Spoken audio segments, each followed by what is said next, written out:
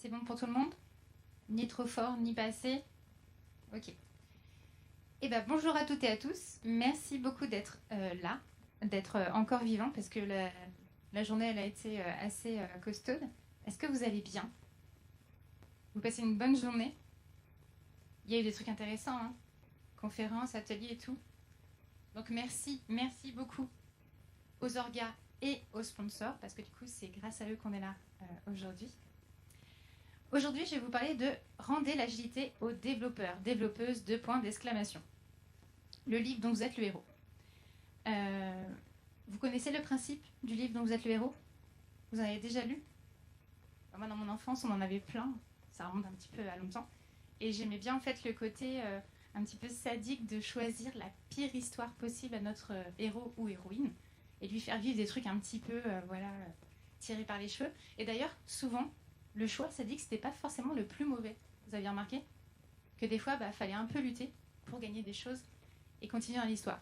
Bon, l'avantage avec ce genre de livre, c'est qu'on peut revenir sur son choix pour repartir un petit peu mieux dans l'aventure. Donc c'est ce qu'on va vivre aujourd'hui. Pour ceux qui en auraient entendu parler l'année dernière à Junior, je vous invite à attendre la fin de l'histoire pour en tirer une morale. D'ailleurs, de manière générale, ne vous arrêtez jamais au titre des conférences, des journaux, etc. Lisez bien la totalité pour en faire une morale. La morale n'est pas que l'agilité appartient aux développeurs et aux développeuses.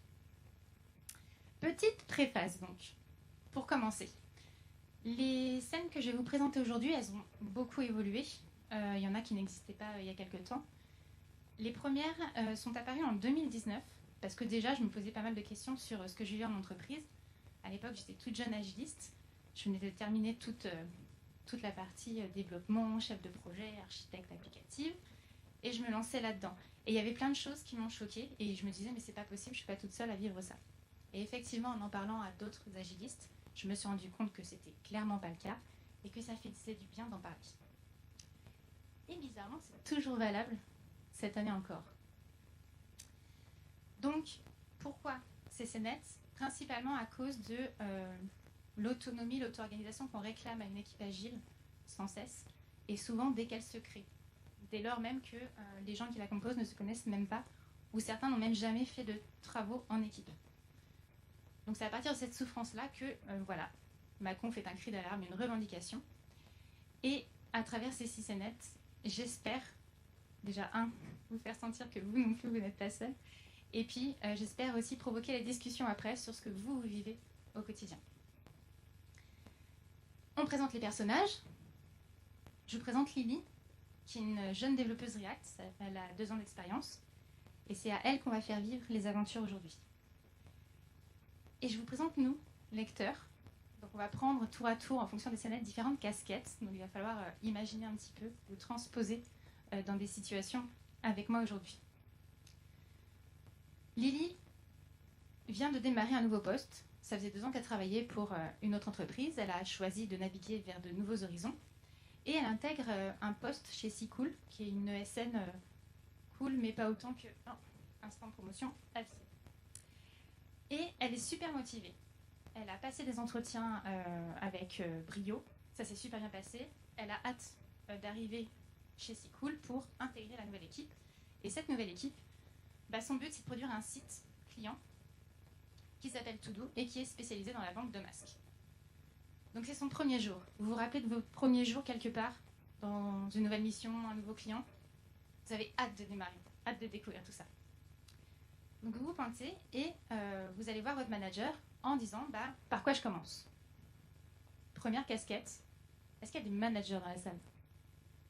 Non? Donc casquette facile à mettre. On met notre casquette de manager, on s'imagine manager. Qu'est-ce qu'on fait? 2 choix. Premièrement, elle est super motivée. On va la faire commencer immédiatement. Le temps, c'est de l'argent. Allez, let's go. Ou on va prendre le temps de faire des présentations de Lily à son équipe, son environnement. Alors ma fille de 10 ans sait faire les bons choix. Je vais du coup vous poser la question un petit peu différemment. Les 3-4 dernières années, est-ce que vous vous souvenez d'un moment où vous avez été correctement accueilli dans votre entreprise, votre nouvelle mission? Maintenant, est-ce que vous vous souvenez avoir été pas correctement intégré dans votre nouvelle entreprise ou votre nouvelle mission? Encore plus pendant le temps du confinement, vous savez, quand on était en plus à distance. De toute façon, c'est moi qui ai la zapette. C'est moi qui vais choisir pour vous. On va décider de faire produire Lily tout de suite, après tout. Voilà, le temps, c'est de l'argent. Donc, on y va. Lily se met au travail. C'est pas un choix si sadique que ça. Parce que Lily, elle arrive, elle a déjà son poste de travail d'installer. Elle a son PC. Elle a son user et son mot de passe qui fonctionnent. Donc, c'est pas trop horrible. Oui, fallait que ça tienne en moins d'une heure, mon Dieu. Et elle a accès à la documentation qui existe, qui est plutôt bien faite. Donc, c'est plutôt pas mal. Elle s'intéresse à la documentation, elle installe sa stack, elle installe tout ce qu'il faut, et puis elle a des questions. Bah oui, mais je sais pas si vous vous rappelez, on a oublié de faire les présentations. Même pire, avec ce qui se passe là, le télétravail, son équipe n'est pas forcément au complet sur place pour l'accueillir et l'aider. Donc qu'est-ce que va faire Lily? Naturellement, un truc qui marche assez bien, elle va se pointer dans le bureau d'à côté, et puis elle va aller poser des questions aux gens qui sont dans le bureau d'à côté, qui ne sont pas forcément les mieux placés. Et d'ailleurs, la preuve, il la renvoie à la documentation. C'est pas grave, Lily, c'est son premier jour, elle est motivée, elle veut y arriver, elle veut surtout montrer que toute seule, elle sait trouver l'information. Donc elle va chercher quelqu'un d'autre dans un autre bureau. Et là, grand étonnement, quoi, tu connais pas les process? On ne te les a pas montrés? Écoute, c'est facile. Pour les connaître, il suffit d'aller regarder dans la documentation. Et là, Lily, désœuvrée, a l'impression de perdre son temps. Et ce que je vous mets dans les petits encarts bleus, c'est des phrases réellement entendues au bout du premier jour, première semaine, premier mois, bref. Je suis nulle, j'y arriverai pas, au secours. La baisse de motivation, vous la sentez là? Mais on n'est pas ce type de manager. Donc hop, on revient aux pages précédentes. Et on va faire les présentations correctement. Comment intégrer correctement une personne? La première chose, c'est tout simple. Alors, je ne vais pas faire une liste exhaustive, mais au moins, la première chose, c'est de demander à l'équipe, à minima, d'être là, au mieux d'être connecté si ce n'est pas possible. Et on fait les présentations. Lily, tu travailleras avec Jack, testeur intégrateur, Dave, product owner, et Chris, tech lead backend. Et ça ne s'arrête pas là. Il y a aussi l'équipe qui intègre une nouvelle personne, qui peut avoir ses peurs, qui peut avoir ses doutes, ses questionnements. Donc aussi, on fait l'inverse. On fait les présentations inverses. On parle du projet, on parle des process, on parle des appétences, on parle du qui fait quoi. On commence à parler du périmètre sur lequel on va travailler tous ensemble. Bref, perso, pas perso d'ailleurs, vous pouvez rajouter des choses un petit peu moins professionnelles, mais vous allez parler équipe. Et c'est tout bête, mais ce premier jour-là, si vous le loupez, c'est très compliqué après de rentrer, de mettre une pièce dans l'identité de l'équipe. Elle ne se fait pas en une seule journée. Mais si la première journée est loupée, c'est très compliqué après de ramer. En termes de confiance en soi, c'est pas que pour Lily, c'est pas que pour la nouvelle. Je vous ai dit, c'est aussi pour l'équipe qui intègre la nouvelle personne. Et le sentiment d'appartenance, très important, c'est bien de montrer à tout le monde qu'on a confiance en eux et qu'on va aller vers le même chemin. Donc l'intégration à l'équipe, ultra, ultra, ultra importante. Je viens d'avoir une discussion super intéressante dans le couloir tout à l'heure. Ça, c'est vrai pour un petit nouveau, c'est vrai pour une vieille nouvelle. C'est moi, avec mes 20 ans d'expérience, j'ai beau arriver dans une nouvelle entreprise, j'aime bien me sentir considérée, attendue, et puis avoir ma place qui m'attend et de bénéficier de la connaissance de chacun qui va m'aider. Et moi aussi, en retour, les apporter. Donc, ne préjugez jamais de la casquette de celui ou celle qui va intégrer votre équipe. C'est pour tout le monde pareil. Donc bravo, en tant que manager, vous venez de rendre une première clé à votre équipe agile. Alors agile ou pas d'ailleurs, n'importe quelle équipe en vrai devrait bénéficier de ça. Deuxième scénette, maintenant qu'on sait présenter la documentation, les outils, les rôles, les objectifs, on part tous ensemble sur une première itération. Et lors de cette itération, déjà, un petit souci, un petit blocage au niveau des outils pour l'ensemble de l'équipe. Alors, ce n'est pas les outils du style tout ce qui va être outil de versionning ou tout ce qui va être outil de stack technique, IDE, etc. C'est Un outil qui vous permet de suivre l'évolution de vos fonctionnalités, voir ce qui est fait, ce qui reste à faire. Comme je n'ai pas le droit de faire de publicité, cet outil, on va l'appeler Girafe. Comme ça, si ça vous parle, tant mieux. Et donc, cette équipe qui souffre profite de la rétrospective pour se dire, non, mais là, c'est plus possible, il faut qu'on essaie de faire autre chose. Et comme ils sont quand même un petit peu auto-organisés et autonomes, ils se disent, on va même proposer une solution. On connaît un autre outil qui nous va bien, Grello, et on va le proposer. Donc, ils se retournent vers nous. Vous mettez votre nouvelle casquette de pilote transverse. Et ils nous disent, est-ce qu'on peut choisir notre outil de suivi de fonctionnalité? Votre première réponse, peut-être. Bah non, on va continuer comme on a toujours fait.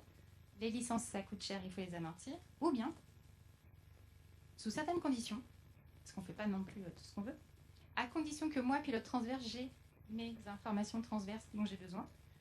Ok, allez-y, si ça peut vous permettre d'aller plus vite. Qui choisit la 1? Il n'y a pas de sadique. Qui choisit la 2? Ouais, plus? Ouais, je suis d'accord. Dans la réalité, alors pour le coup, un peu de contexte, ça fait beaucoup écho à ce que j'ai vécu. L'équipe, on est allé voir en fait effectivement le pilote transverse qui nous a répondu que une des solutions serait d'être administrateur de l'outil Girafe pour résoudre beaucoup de problèmes et beaucoup de difficultés à l'utiliser au quotidien. Et en fait, on a eu un no-go de la sécurité parce que si on est administrateur de ce qu'on faisait, on pouvait possiblement changer d'autres choses, d'autres paramètres, et ça, c'était très dangereux pour la société. Donc, on est parti sur Girafe et il a fallu faire comme on pouvait. Alors, Girafe. Les questions qu'on peut se poser. Dans quel cas je vais indiquer ça? Cette information-là, elle est très utile pour le projet. Il faut absolument que nous, on en fasse quelque chose, ça nous parle, ça va nous aider à avancer. Oui, mais c'est pas prévu. Parce qu'il y a un seul template pour toutes les équipes, en gros, de l'entreprise. Bon, on va le mettre dans une autre case alors. Ah bah oui, mais non. Parce que sur cette case-là, il y a des calculs automatiques qui sont faits, il y a des statistiques qui sortent. Si on fait ça, on casse les stats de l'entreprise. Bon, on va se le noter à la main quelque part alors. Et pourquoi on ne peut pas ajouter un champ? Parce qu'on n'est pas administrateur de notre suivi. Et il nous faudrait un nouveau sous-tâche supplémentaire. Ça nous permettrait, nous, de suivre plus spécifiquement des tâches unitaires. Et non, ce n'était pas encore possible. Donc ça, c'est le point de vue des développeurs qui ont l'impression de passer un temps énorme à essayer de faire entrer des ronds dans des carrés. Et puis pensez aussi à notre pauvre petit product owner qui, lui, a le cul entre deux chaises. Il doit à la fois satisfaire les demandes d'infos transverses pour son pilote transverse. Alors pilote transverse ou PMO, je ne sais pas si ça parle à tout le monde. Et en même temps, il doit aider son équipe à aller toujours plus vite, plus efficacement et dans le bon sens. Mais on voit bien qu'il y a quelque chose qui ne va pas. Donc, impression de perdre du temps, des phrases que j'ai entendues, on perd du temps, j'y arrive pas. Et un truc que je ne vous souhaite pas, c'est quand ils se retournent vers vous, quand vous êtes Scrum Master, et qui vous disent, Fanny, du coup, quand est-ce qu'on commence à développer? Il y a peut-être un problème. Mais heureusement, on n'est pas ce genre de pilote transverse. On va permettre à Lily et à son équipe de réaliser ce pourquoi ils sont payés. Leur expertise, c'est de développer. Donc, on va les soulager de cet outil-là et on va leur permettre de tester leurs propres outils, à condition de continuer à fournir des indicateurs transverses quand même. Oui?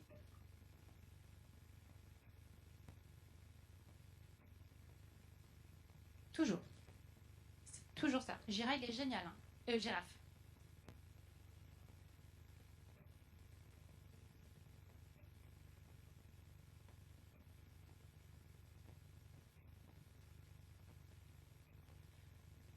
D'où le fait d'être administrateur. Ça résout tout. C'est un petit peu la clé de tout. Encore une fois, je ne fais pas l'apologie d'un outil plutôt qu'un autre. J'ai même personnellement pas beaucoup d'avis à partir du moment où ça sert l'équipe. Moi, je m'en fiche du produit. Mais effectivement, ce n'est pas un souci d'outil, c'est un souci de comment on l'utilise. Et ce n'est pas juste pour un outil de ce style-là, c'est vrai aussi pour un IDE, pour n'importe quel type d'outil que tu pourrais utiliser. Merci. Donc l'équipe prend en main un autre outil qui, pour le coup, comme ils sont administrateurs, ils peuvent faire un petit peu ce qu'on veut. On se permet même un petit délire. Les choses qui ne sont pas prêtes à être mises en place, on les met dans un congélo. Et dès qu'elles sont prêtes, on les change de place. On s'affecte correctement les choses. Parce que que ça nous permettra aussi de sortir les indicateurs transverses qu'on nous demande. Donc on fait quand même des choses un peu à l'identique que ce qui était fait dans l'ancien Unity. Mais par contre, on a la main sur tout. S'il nous manque quelque chose, une sous-tâche, on rajoute. S'il nous manque même, bah tiens, à la deuxième itération, on se rend compte qu'il nous manque un état. Ok, on fait très bien des tests, mais l'accessibilité, on ne teste jamais. Ok, et bien amélioration continue, on a la main dessus, on rajoute une étape de test en accessibilité. Et ça tombe bien parce qu'en plus, Lily, elle a des connaissances, elle pourra aider son testeur à monter en compétence dessus. Donc voilà, c'est vraiment l'illustration de quand on a la main, on peut faire beaucoup de choses. Donc tout va bien, sauf qu'à un moment donné, alors si, que je résume un petit peu ce que ça nous rapporte aussi, de laisser l'équipe faire ce genre de choses, c'est que ça permet à l'équipe de rester motivée. C'est tout bête, mais c'est d'ailleurs un des principes agiles. Quand vous mettez l'équipe dans de bonnes conditions, avec des bons outils, avec un bon environnement, forcément, ça va les aider à vouloir être efficaces. Ça met une petite pièce aussi dans le sentiment de légitimité. Tiens, j'ai une nouvelle idée, on m'écoute, j'ai le droit de tester. Alors tester, c'est approuver ou désapprouver. L'avantage avec l'agilité, c'est qu'on les approuve vite, on ne va pas droit dans le mur pendant 6 mois. Mais au moins, on a le droit on a la confiance pour innover et tester. Là, on a pris l'exemple pour un outil de suivi de fonctionnalité, mais ça aurait très bien pu être, tiens, il y a un POC à faire sur un truc assez touchy pour gagner en performance. Qu'est-ce qu'on fait? Est-ce qu'on se laisse le temps de tester quelque chose qui pourrait nous faire gagner grave du temps et peut-être même de l'argent plus tard? Ou est-ce qu'on s'arrête là? Là, l'équipe, elle a déjà la preuve qu'elle a le droit de tester un truc pour s'en servir après. C'est génial.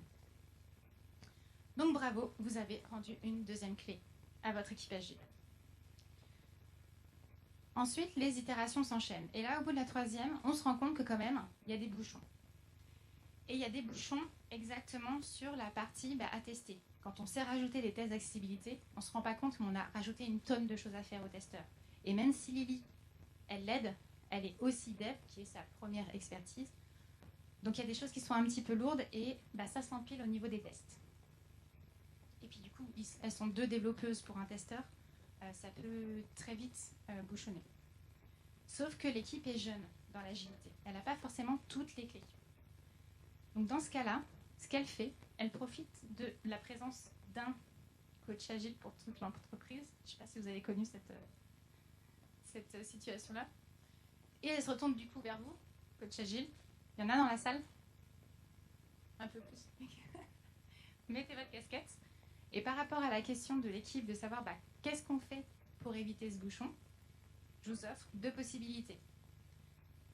Soit de vous positionner en tant que référent agile, vous en avez vu des tonnes et des tonnes de choses dans vos expériences passées, donc vous allez pouvoir proposer à l'équipe de mettre ce qu'on appelle un VIP, un maximum de tâches en parallèle, un work in progress, ou vous allez lui proposer de prendre du temps et d'essayer de faire émerger les propres solutions à l'équipe avec ce que vous avez déjà vu comme outils, process, bonnes pratiques, etc.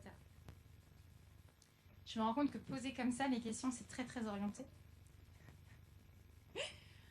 Donc, qu'est-ce qui se passe en vrai dans la vraie vie?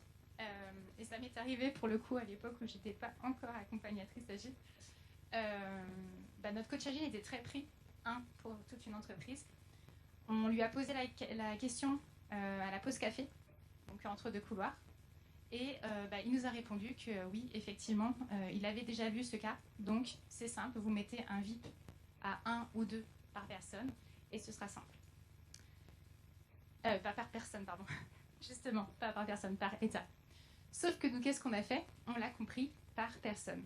Parce qu'on a fait trop vite, parce qu'on n'a pas pris le temps de poser les choses.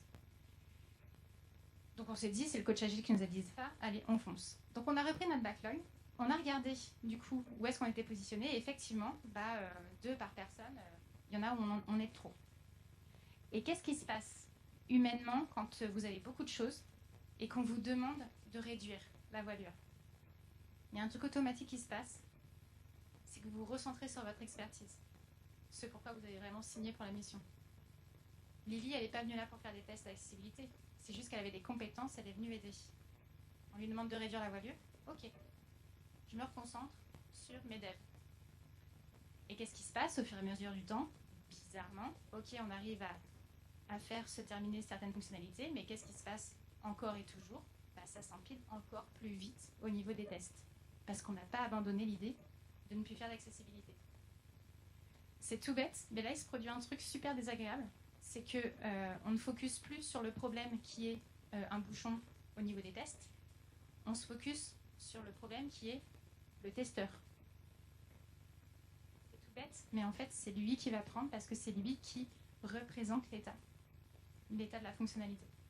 Donc ça c'est vraiment, vraiment à éviter. Et arriver là, c'est encore plus compliqué de s'en sortir en fait, parce que l'idée elle est très prégnante et elle est partagée par toute l'équipe.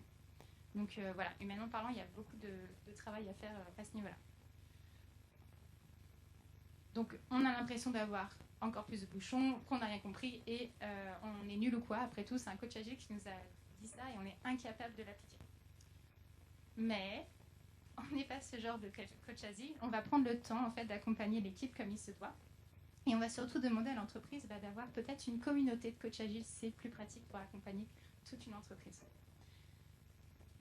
Nous, en tant que coach agile, on va venir comme un socle, comme une base de ce qui peut exister, de ce qui peut fonctionner, des bonnes pratiques, je vous ai dit, des outils, des façons de faire. Mais c'est surtout pas à vous de dire c'est comme ça que ça va se passer. Parce que vous avez tout un ensemble de choses dans l'environnement de l'équipe que vous ne connaissez pas. L'équipe, elle, sait exactement ce qu'elle vit au quotidien. Donc vous allez le proposer et c'est l'équipe qui va disposer. En l'occurrence, notre coach agile nous a donc expliqué le principe du work in progress, pour qu'on l'applique bien. Il nous a parlé aussi de definition of ready, la condition des prérequis vérifiés pour qu'on puisse prendre ensuite une fonctionnalité en charge. Et ça, c'est tout bête, mais ça évite 50% du temps de se prendre à mur à la fin parce qu'on a oublié de vérifier les prérequis. Il nous a parlé aussi qualité. Wow, c'est magique ça, les tests, la documentation, la validation. Il nous a exposé tout ça, mini-formation. D'ailleurs, il y a un moment assez sympa pour le faire, c'est la rétrospective. Et nous, on est venu piocher là-dedans, par rapport à notre périmètre, par rapport à notre situation, du coup, qu'est-ce qui pourrait nous arranger? Et en fin de compte, ce n'était pas les tests qui étaient problématiques. C'était que jusque-là, jusqu'à l'étape test, on ne parlait jamais test. On ne les préparait pas à l'avance. C'était le testeur tout seul qui devait les écrire. Et comment il les écrivait? Comme nous quand on développait, sur la base des features, des fonctionnalités du backlog de base. Donc il relisait ce qu'on avait nous déjà vu collectivement pour développer. Donc une perte de temps absolue. Et du coup, lui en plus, il se sentait tout seul là-dessus. Donc on a compris, alors c'était notre solution à ce moment-là précis, ça n'est absolument pas la solution à mettre en place à chaque fois, mais en tout cas, dans les prérequis, on avait la liste des tests à effectuer. Et 4-5 mois après, on a commencé à faire du TDD. Mais c'est vraiment une problématique particulière à un moment particulier. Donc on a mis une petite pièce dans l'amélioration continue de l'équipe. Ça c'est tout bête, mais une fois qu'on sait qu'en prenant le temps de se poser, on arrive à trouver nos propres solutions, on a envie de ça, de faire l'amélioration continue. Et encore une fois, l'agilité de tester des choses pour voir si ça fonctionne. Si ça se trouve, alors c'est peut-être un mauvais exemple, mais écrire une definition of ready, ça aurait peut-être pas été notre solution miracle, il aurait fallu peut-être en tester d'autres avant de trouver la bonne solution. Mais il faut y aller. Donc bravo, une troisième clé rendue à l'équipe agile. Donc maintenant on est bien, on arrive à bien avancer. Le temps file, quatrième itération, et on arrive à la fin de l'itération. Lily, elle est super contente. C'est quand même ses premiers mois dans l'entreprise. Et elle est super contente parce que tout ce qu'elle avait anticipé, avait estimé pouvoir prendre en charge sur l'itération, elle a quasiment fini. Il lui reste juste une toute petite fonctionnalité à prendre en charge. Donc à la dernière daily, elle y va gaiement, elle dit ouais, je suis super contente, j'ai quasiment tout fini. Sauf qu'à la même daily, il y a ces deux compatriotes, Jack et Chris, qui lui disent nous on est sur une plus grosse fonctionnalité, celle qui est engageante d'ailleurs, celle que le client attend absolument, et on galère. C'est une galère sans fin, on n'a pas fini de développer, les tests, on remonte sans arrêt des choses, et on a beau être deux dessus, on n'y arrive pas. On va mettre la casquette de développeur, on va se mettre à la place de Lily, on va être Lily pendant 5 minutes. Qu'est-ce qu'on choisit de faire à ce moment-là, à la daily, quand on apprend ça? On choisit de se concentrer sur nos propres tâches. On aura un KPI, un indicateur de performance individuelle 100%. ou on prête main forte à l'équipe à hauteur de nos moyens, parce que peut-être que Lily ne pourra pas forcément plus aider que ça. On n'est pas expert en tout, mais pourquoi pas. Est-ce que vous connaissez les délits où des gens nous disent, ça me fait hérisser les poils à chaque fois, moi je peux pas aider, c'est pas dans mon contrat. Je simplifie. Hein. Ouais, ça vous parle. Bon moi je le vois très très très souvent. Et c'est effectivement ce qui se passe. C'est-à-dire qu'on se concentre sur nos propres tâches, mais c'est normal, hein, on nous a appris depuis des années et des années à travailler sur notre petit périmètre. Quand on passe, vous savez, les EPA, les entretiens professionnels, il y a la RH, il y a nous, il y a notre manager, il n'y a pas le reste de l'équipe. Hein. On a intérêt à taffer pour nous. Allez, on va se concentrer sur notre propre tâche. Donc, pour préparer la revue d'itération qui aura lieu l'après-midi, on fait une petite répétition. D'ailleurs, ça c'est un conseil que je vous donne, hein, de ne pas vous lancer dans une revue d'itération sans avoir testé la moindre chose. Et puis, Lily fait la démo de son petit truc. C'est une toute petite fonctionnalité, mais super, ça marche du feu de Dieu, elle est contente. Ouais, sauf que les autres, ils sont pas contents du tout. Eux, ils n'ont pas réussi. Là, on est à 1 heure de la revue. On n'a pas réussi à livrer ce qu'on voulait. Et on sait d'avance que le client ne sera pas content. Donc, quel est le mood global de l'équipe à ce moment-là? Pas terrible. D'un côté, on ressent un vide sidéral, on va quasiment rien présenter. Et puis Lily, elle est aussi super frustrée. Attendez, vous êtes gentils les gars, et moi je compte pas avec tout le travail que j'ai fait. Donc en fait, il y a vraiment une différence d'interprétation de la situation qui est ultra problématique parce que c'est pas bénéfique pour l'équipe en général. Ce qu'on va plutôt faire, c'est qu'on va pas être ce genre de développeur ou de développeuse. On va apprendre à Lily à être solidaire de l'équipe. Les délits, ça sert à quoi? Ça sert pas à dire ce que vous avez fait la veille, sans en foutre. Ça sert pas à dire ce que vous allez faire aujourd'hui, sans en foutre. À quoi sert la délite de mon point de vue? C'est est-ce qu'il y a des blocages et des déblocages? Un blocage, c'est je dépends de la fin d'une autre fonctionnalité pour faire la mienne. C'est j'ai besoin d'une information d'une partie prenante extérieure qui n'est pas disponible. C'est je n'ai pas la compétence ou j'y arrive pas. Un déblocage à l'inverse, c'est j'ai fini une tâche qui peut du coup passer la main à quelqu'un. Donc c'est un signal à envoyer. C'est j'ai la réponse à ta question, à ta problématique. On se voit après la délite. Après la délite. Ne résout pas les choses en délite. Ça peut être quoi d'autre? Ça peut être j'ai peut-être oui le nom de ton interlocuteur que tu cherches à avoir depuis longtemps. Bref, c'est vraiment qu'est-ce qui peut faire avancer l'équipe dans le bon sens. Donc à la délite, quand Lily elle apprend que ses petits camarades galèrent, elle va pas forcément pouvoir les remplacer sur plein de choses. Par contre, elle va apporter sa pierre à l'édifice. Moi, en l'occurrence, quand ça m'est arrivé, j'ai juste pris en charge quelques petits retours de tests, sachant que Lily, elle est dev front, elle n'est pas dev back, elle ne peut pas tout faire, mais des petites choses qu'elle comprend, pour qui c'est accessible en fait. Et ça va soulager et sa développeuse qui, elles, sont présentes sur le reste, et son testeur qui, du coup, élimine les tests à corriger. Principe de solidarité, c'est tout bête, hein, mais ça commence par là en fait. Ça commence par être disponible pour son équipe. Partager un objectif commun, en fait, l'objectif, c'est pas ton objectif individuel à toi, c'est l'objectif de l'équipe. Et sachez qu'il y a beaucoup de choses qui sont faites maintenant au niveau des ressources humaines, justement, pour reconnaître le travail collectif et pas seulement individuel. Et l'esprit d'équipe, hein, toujours, forcément, je vous apprends rien, mais ça aide énormément. Donc bravo, en tant que développeur et développeuse, vous avez rendu une clé à vos équipes. J'avais pas demandé s'il y avait des développeurs et des développeuses. Non? Ah si, soyez pas timide. Enfin, du coup, on a quelque chose à montrer. Ok, on ne montrera pas tout, parce que justement, la petite fonctionnalité de Lily n'est pas prête. Mais on est super content, on a quelque chose, possiblement, si c'est ok pour le client, on appuiera sur un bouton et paf, ça ira en production. Donc le product owner prend rendez-vous avec son client et dit, voilà, ça fait on va dire une itération qu'on a travaillé sur 3 fonctionnalités, viens, on te donne rendez-vous et tu viens nous donner ton avis. Vous mettez votre casquette de client, vous choisissez de faire confiance à l'équipe. Vous aussi, vous êtes sur plusieurs projets, vous avez plein de casquettes à mettre aussi au quotidien. Vous leur faites confiance, on validera tout en une seule fois. Ou vous consacrez fréquemment du temps à ce que le produit s'aligne bien avec vos attentes. C'est biaisé comme question. Il faut savoir que dans cette situation-là, le client, lui, n'est pas du tout accompagné dans le passage à l'agilité. Donc il ne comprend pas pourquoi vous venez l'embêter fréquemment à venir voir ce qu'il est produit. Alors moi, j'ai vécu ça. J'ai vécu la fausse agilité. Bah non, t'attends 3-4 sprints avant de me montrer ce que t'as fait, ok? Bon, on y va. Donc on se retrouve du coup avec 18 fonctionnalités à un moment donné à montrer. C'est plus 3 fonctionnalités. Donc forcément, vous n'allez pas demander une demi-heure de dispo à votre client. Ce sera beaucoup plus long. Et vous lui montrez ça. Alors, j'ai jamais dit que je dessinais bien. Et votre client, enfin vous en tant que client, vous en pensez quoi?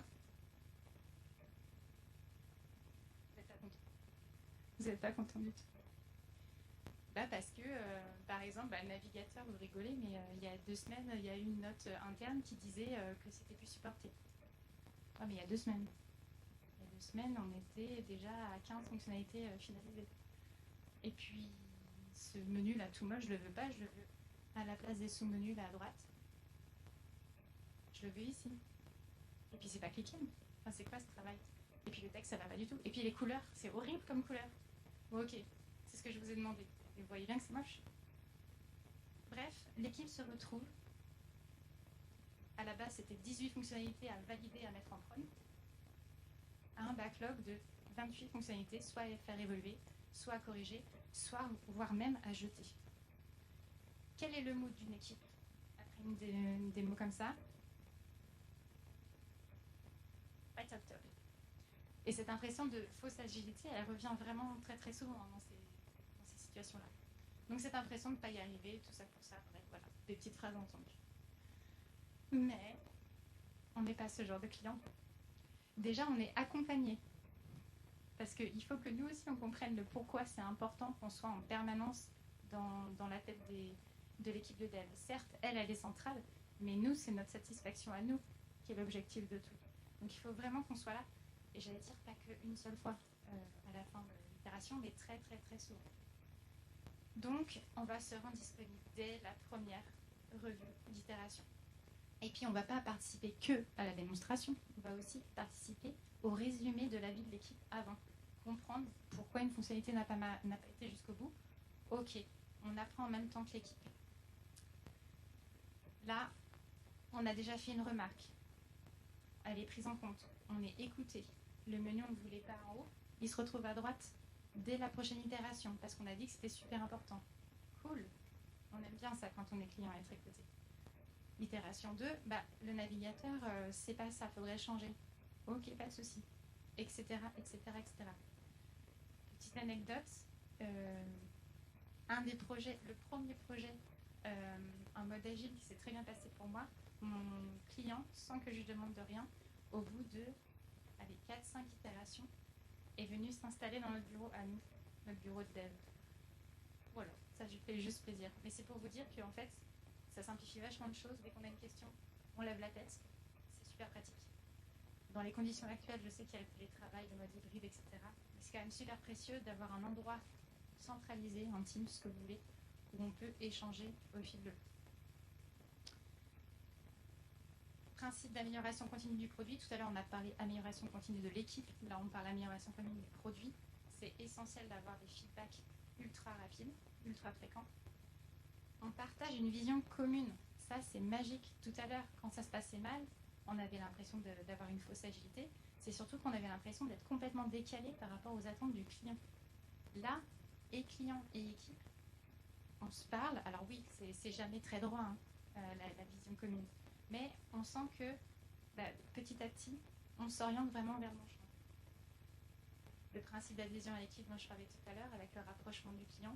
Et puis enfin, l'engagement de l'équipe, l'envie et la compréhension qu'on travaille vraiment pour quelque chose, que c'est pas pour rien. Voilà. Et pour avoir été développeuse, ça c'est quelque chose qui me tient vraiment à cœur pour le coup. Donc bravo client, une 5e clé rendue à vos équipes agiles. Dernière petite scénette, c'est bon du coup, on a fait valider la totalité des fonctionnalités qui marchent au client. Le product owner a décidé que c'était donc bon pour partir en prod. Du coup, le package il est prêt, il n'y a plus qu'à livrer. Ah oui, sauf qu'en fait, on n'a pas la main sur la prod dans l'équipe, donc du coup, on va se retourner vers notre Ops, transverse avec l'entreprise. Donc on met notre casquette d'exploitant, vous l'avez? Il y en a, en vrai? Non? Ok. Et on choisit de rajouter ce package-là au prochain tir de livraison transverse à l'entreprise, ou bien d'accompagner l'équipe dans le déploiement continu de ces livraisons. Ouais. Elle est costaude celle-là en vrai. Ça se fait pas en un claquement de doigts. Mais vous voyez l'idée. Bon, la plupart du temps quand on m'appelle, c'est pour aider des équipes qui sont un peu au pied du mur, qui sont un peu dans l'urgence, qui n'arrivent pas forcément à livrer régulièrement. Donc moi j'ai plutôt la version en haut. On livrera dans 8 semaines. Encore ça va. Là je vais être gentille, je vais dire on va livrer dans 2 semaines. C'est potable quand même. Allez, on part là-dessus. Donc du coup on est tout content, on a notre package qui est prêt à livrer dans 2 semaines, du coup on va s'intéresser à notre itération d'aujourd'hui, et qu'est-ce qu'on va faire pour ça? On va repartir sur le code source qu'on a validé et qui va partir en production. Jusque là tout va bien. Et le temps file, et on est content parce que on fait nos fonctionnalités sur l'environnement de dev. Arrive le fameux jeudi, alors non pas de la première semaine, mais de la deuxième semaine. Le fameux jeudi de livraison de la version en production. Alors notre exploitant, il n'a pas le droit de livrer entre midi et 2 parce qu'il y a un risque que ça pète et que l'après-midi, ça puisse pas fonctionner pour les utilisateurs. Il ne peut donc pas le faire non plus en journée, donc qu'est-ce qu'il va faire? C'est dommage qu'il n'y ait aucun exploitant parce que c'est vraiment frustrant. Il va travailler, il va se connecter à 20h, 21h le soir pour commencer les livraisons. Et puis comme il y en a beaucoup, il prévoit toute la nuit.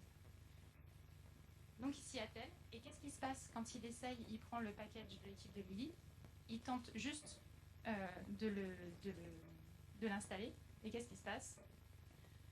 Paf, la livraison. Et là il y a un truc qui se passe, pour avoir été en suivi de prod, en suivi d'exploitation assez longtemps, il y a un truc assez naturel qui se passe. Vous savez qu'il y a encore une dizaine de livraisons à faire derrière le package de l'équipe de Lily. Vous regardez vite fait les logs. Vous voyez bien que ça ne demande pas que votre intervention d'Ops. Vous dites, c'est pas moi le dev, c'est pas ma compétence, qu'est-ce qu'ils ont encore fichu? Et qu'est-ce que vous faites? Du coup, vous passez à la suite sans l'installer. Et c'est normal. Le but de l'Ops, c'est de garantir que la production soit toujours ultra stable. Le lendemain matin, du coup, qu'est-ce qui se passe? Alors, déjà, l'Ops, il dort le lendemain matin. Il ne va pas se reconnecter en plus à 8h du mat, alors qu'il n'a pas dormi de la nuit. Par contre, il laisse un compte-rendu de livraison. Donc, il refourgue le package en feu à l'équipe, et c'est normal. Mais l'équipe, du coup, se dit quelque chose aussi de normal en regardant les logs. Mais ça ne demande pas qu'une expertise de dev non plus. Il y a un truc qui se passe mal, et qui est du fait plutôt de tout ce qui va être soit réseau, soit systémique, enfin bref, il y a quelque chose où on n'est pas autonome pour le résoudre. Ce petit truc-là s'appelle le mur du conflit. C'est tout bête, mais c'est par des petites actions répétées comme ça qu'on le dresse toujours plus haut. Et hélas, c'est encore très prégnant. J'ai fait un atelier ce matin où on m'a dit que non, il y avait beaucoup de clients qui passaient à des trucs un peu DevOps. Moi, j'en souffre encore de ne pas avoir ça dans mes missions. Donc ce qu'on va faire, c'est qu'en tant qu'Ops, on va prendre un petit peu de temps, voire même si on est accompagné, on va intégrer momentanément l'équipe de Lily pour fluidifier les déploiements, pour leur apprendre à être autonome en toute sécurité sur les déploiements jusqu'en prod. Dans la réalité, on a tous et toutes le même objectif, c'est d'avoir une production magnifique. L'Ops, c'est que ça tienne la route, c'est qu'il n'y ait pas des erreurs 404, des trucs machin comme ça. Et l'équipe, c'est que ce soit utilisé. Mais en fait, c'est le même objectif derrière. Donc on va passer du temps ensemble. Et ça, pour le coup, je l'ai vécu une fois, d'avoir un Ops, un demi-Ops, à disposition dans une équipe âgée. Et ça fluidifie les choses énormément. On va parler de plusieurs choses. On va parler de... Enfin, il y a plein de gros mots. On va parler de plateforme d'intégration continue. C'est pas quelque chose qui est acquis chez les développeurs. Ne partez pas avec cette idée-là que ça va être facile à leur expliquer. C'est un autre métier, c'est une autre façon de faire les choses. Et c'est une couche au-dessus. Donc il faut vraiment prendre du temps pour les accompagner. Par contre, après, ça les passionne. Parce que les plateformes d'intégration continue, qu'est-ce qu'il y a derrière? Il y a du code. Donc c'est pour ça aussi que c'est intéressant. Et pour les uns et pour les autres. On va parler continuous integration et continuous déploiement. Donc intégration continue et déploiement continu. On va insister sur les tests d'intégration. Parce qu'en fait, ça a beau marcher dans votre coin, ça ne marche pas forcément avec les autres métiers. Les niveaux de qualité de code, on va même parler de TDD, de l'automatisation du code, etc., qui est aussi un autre métier, l'automaticien. Et on va parler de la definition of done pour l'agrémenter de tous les aspects, sécurité, test, etc., etc. Bref, on va venir apporter des éléments supplémentaires pour garantir la qualité de ce qui va être produit, au niveau vraiment plus. C'est le principe de l'équipe multidisciplinaire, si on pousse l'agilité à l'extrême. En fait, agilité et DevOps, ça va ensemble. Donc, si vous pouvez avoir un Ops ou un représentant Ops dans vos équipes, vous serez vraiment autonome jusqu'au bout. Le principe d'entraide aussi. Et enfin, ça c'est super important aussi dans l'autre sens, ça responsabilise les devs qui poussent. Vous avez connu les équipes par exemple de maintien en condition opérationnelle, MCO ou TMA? En fait, c'est des équipes. Merci beaucoup. Et en fait, le principe, c'est qu'on a une équipe qui développe, et dès que ça passe au-delà de l'environnement de développement, enfin, dès que ça passe en prod, c'est une autre équipe qui se récupère les bugs qu'ils n'ont pas codés, et sur lesquels, du coup, il faut qu'ils montent en compétences. Bon, ça, c'est un autre problème. Mais du coup, il y a une déresponsabilisation de l'équipe qui développe en disant, c'est pas grave, de toute façon, c'est quelqu'un d'autre qui prendra après. Là, quand on est dans cette configuration-là, on a normalement cette prise de conscience assez globale, assez transverse, qui est très bénéfique. Donc bravo, on a rendu une 6e et dernière clé à notre équipe agile. Donc qu'est-ce qu'on a vu aujourd'hui?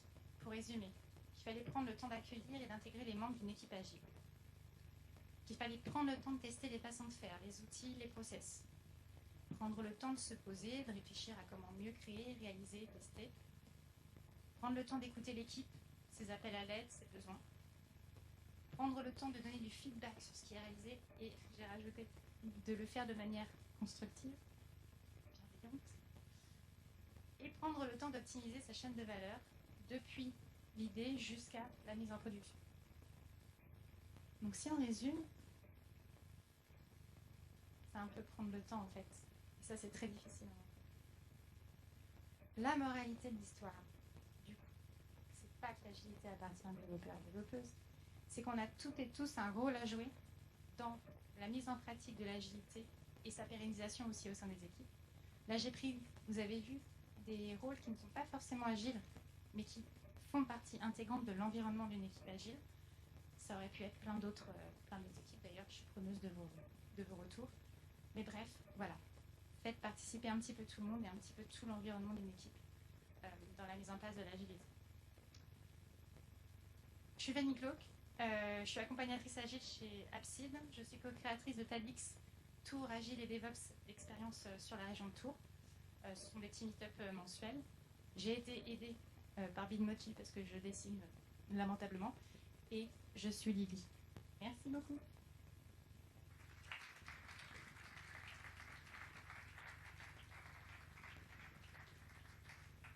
On a 4 minutes pour des questions, des échanges ou même des rex de votre côté.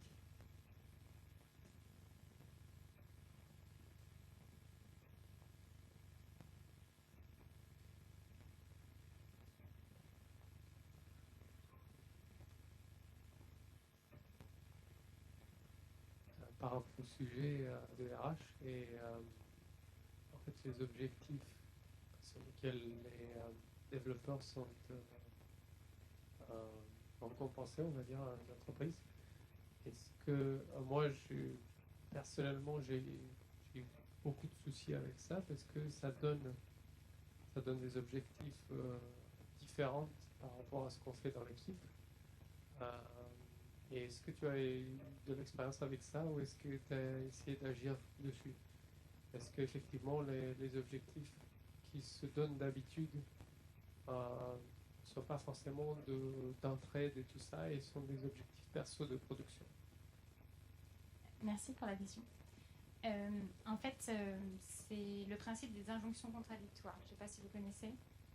C'est d'avoir différents objectifs, mais qu'on ne peut pas réaliser tous ensemble, parce que sinon, forcément, on rentrerait en conflit avec l'autre objectif. C'est exactement ça, en fait, avec les indicateurs personnels et les indicateurs collectifs. Ce qu'on est en train de réfléchir, notamment côté Abside, mais je pense que c'est ultra global et c'est pas récent, hein, c'est quelque chose d'assez logique en fin de compte, parce qu'on travaille maintenant tous en équipe. C'est assez rare de travailler tout seul maintenant dans son garage comme à l'époque. Ça va être en tout cas de ce que j'ai vu, ça va être essentiellement de la reconnaissance par les pairs. Dans une équipe, par exemple agile, ce niveau d'entraide, alors c'est pas 5 sur 10, c'est pas des notes spécifiques, mais c'est en tout cas une reconnaissance de, par exemple, la maintenabilité du code. C'est tout bête. Et ça, c'est un niveau d'entraide plus pour l'équipe.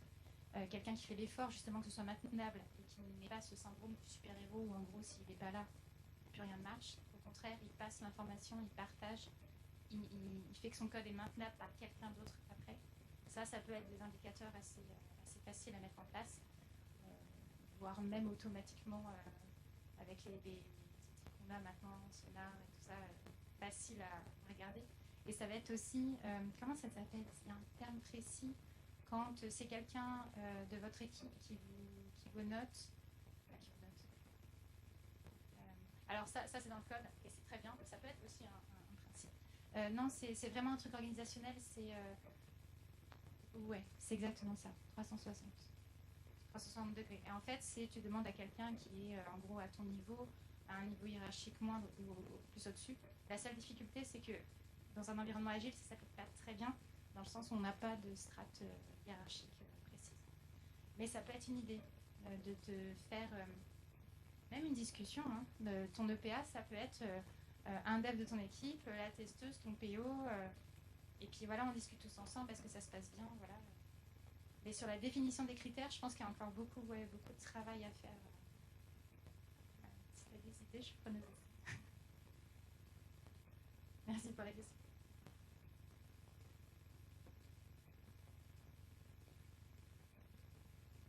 C'est pas une question, c'est plutôt un merci. Ça fait longtemps que je parle à mes équipes de la déresponsabilité des équipes pour aussi bien le test que pour la partie run qui est après. Ça me fait plaisir de l'entendre d'autres personnes. Merci. Répète-le. Il faut le répéter à toutes les équipes. Ça marche. Par rapport au fait d'être une équipe, en fait pour moi, le niveau, si on fait un niveau de maturité, pour moi, quand on est développeur, quand on prend un ticket, on va le faire dans son coin, puis après on va le partager. C'est pas un boulot d'équipe, on n'est pas en équipe en fait. L'équipe, c'est moi tout seul, et puis j'ai des points de rendez-vous avec d'autres équipes qui sont les autres personnes. La vraie façon d'être en équipe, c'est d'être à plusieurs à travailler. Donc on est sur le même écran, on est à plusieurs. Quand on fait, de faire j'ai déjà eu des équipes comme ça où ils sont tout le temps en pair programming. Et ça, c'est vraiment du boulot d'équipe. Alors souvent, le management dit mais non, mais vous allez être moins efficace. En fait, c'est beaucoup plus efficace parce que quand tu es à 2 ou à 3 même sur le même écran, tu peux pas avoir un moment où tu es sur ton téléphone en train de faire autre chose. C'est pas possible, quoi, parce que les autres, ils sont en train de t'attendre. Donc c'est beaucoup plus intense. Et puis, tu as 3 cerveaux qui fonctionnent sur le même problème en même temps. Même chose, le code est forcément maintenable, parce que s'il n'est pas maintenable, il y en a un autre qui dit « Attends, là, il faut que... » Il est documenté. Il y a forcément 3 personnes qui le connaissent tout de suite dans la boîte. Donc voilà, donc c'est pas facile à basculer, parce que souvent les devs disent « Mais non, moi je veux faire mon truc dans mon coin pour pouvoir bien me concentrer. » Donc il faut avoir des personnes un peu éveillées, où il y a un accompagnement à faire. Mais c'est vraiment ça l'équipe, quoi. Bon, sinon, c'est pas des équipes, c'est des individus. De temps en temps, ils se rassemblent. Tu soulèves énormément de choses. Alors, j'ai essayé de retenir les 5 premiers trucs que je voulais dire. Tu soulèves la partie difficulté. La partie difficulté de convaincre le management. C'est vu comme une perte de temps, ce qui n'est pas faux. Au début, ça demande une certaine marche à monter. Mais c'est une perte de temps au début, qu'on gagne énormément par la suite. Donc, en fait, si on fait le calcul, on est gagnant. c'est compliqué pour les équipes, parce qu'il y a une question d'ego aussi. J'ai été une développeuse, je ne sais pas si j'aurais très bien vécu le fait d'avoir quelqu'un qui regarde ou d'avoir quelqu'un que moi je suis, avec les différences de niveau. C'est reconnu que c'est assez compliqué, il y a beaucoup de règles là-dessus, où ça demande aussi un travail personnel d'accompagnement des plus jeunes, des plus juniors, avec un tech lead, un mentor, mais qui se mettent à beau niveau. Et très rapidement, parce que je vois que le temps file, il y a aussi deux problématiques. On m'a souvent dit, ouais, sauf que le pair programming, c'est pas possible à distance. Les nouvelles versions des IDE, sachez-le, permettent même une prise en main du code à distance. C'est magique. Même ça, c'est possible. Et le reste, je ne me rappelle plus. Mais oui, je suis d'accord, pair programming, mob programming, c'est encore le niveau au-dessus. Ça fait même gagner en efficacité, je ne sais pas si tu l'as dit, mais en mode formation. Parce qu'en fait, on n'a pas besoin de revenir sur les bonnes pratiques, on les a déjà vues ensemble en faisant. Alors oui, c'est toujours bien de pédagogiquement répéter, mais en fait, on se rend compte qu'on délaye beaucoup d'informations et techniques et de bonnes pratiques en même temps. Et donc, ça rentre beaucoup plus facilement. Voilà, je crois qu'on a fait. Mais merci beaucoup pour la question. C'est bon pour vous ? Merci encore à vous.